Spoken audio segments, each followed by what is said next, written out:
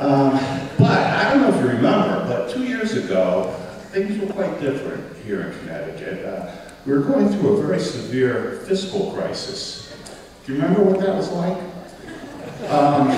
Throughout the state, almost every agency was feeling the pinch.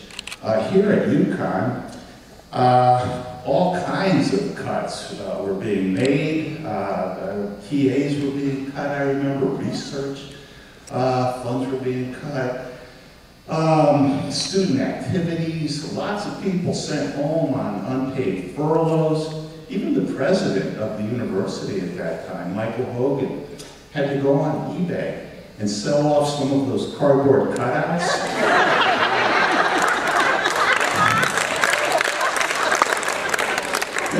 I mean, this was real austerity. Did any of you buy one? Mine's in the front lawn. I put a little lantern in his hand.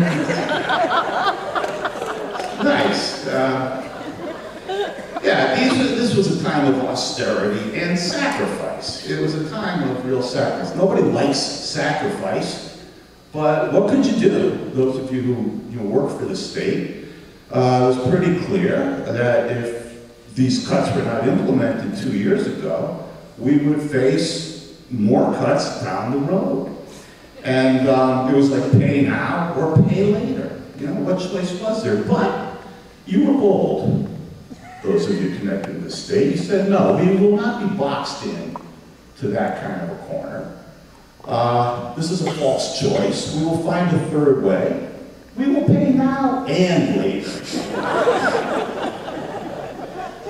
And so it came to pass.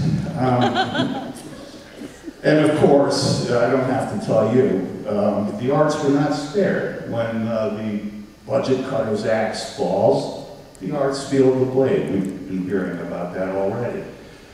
But who can ever forget the proud day when Dean Woods was called to testify about his budget.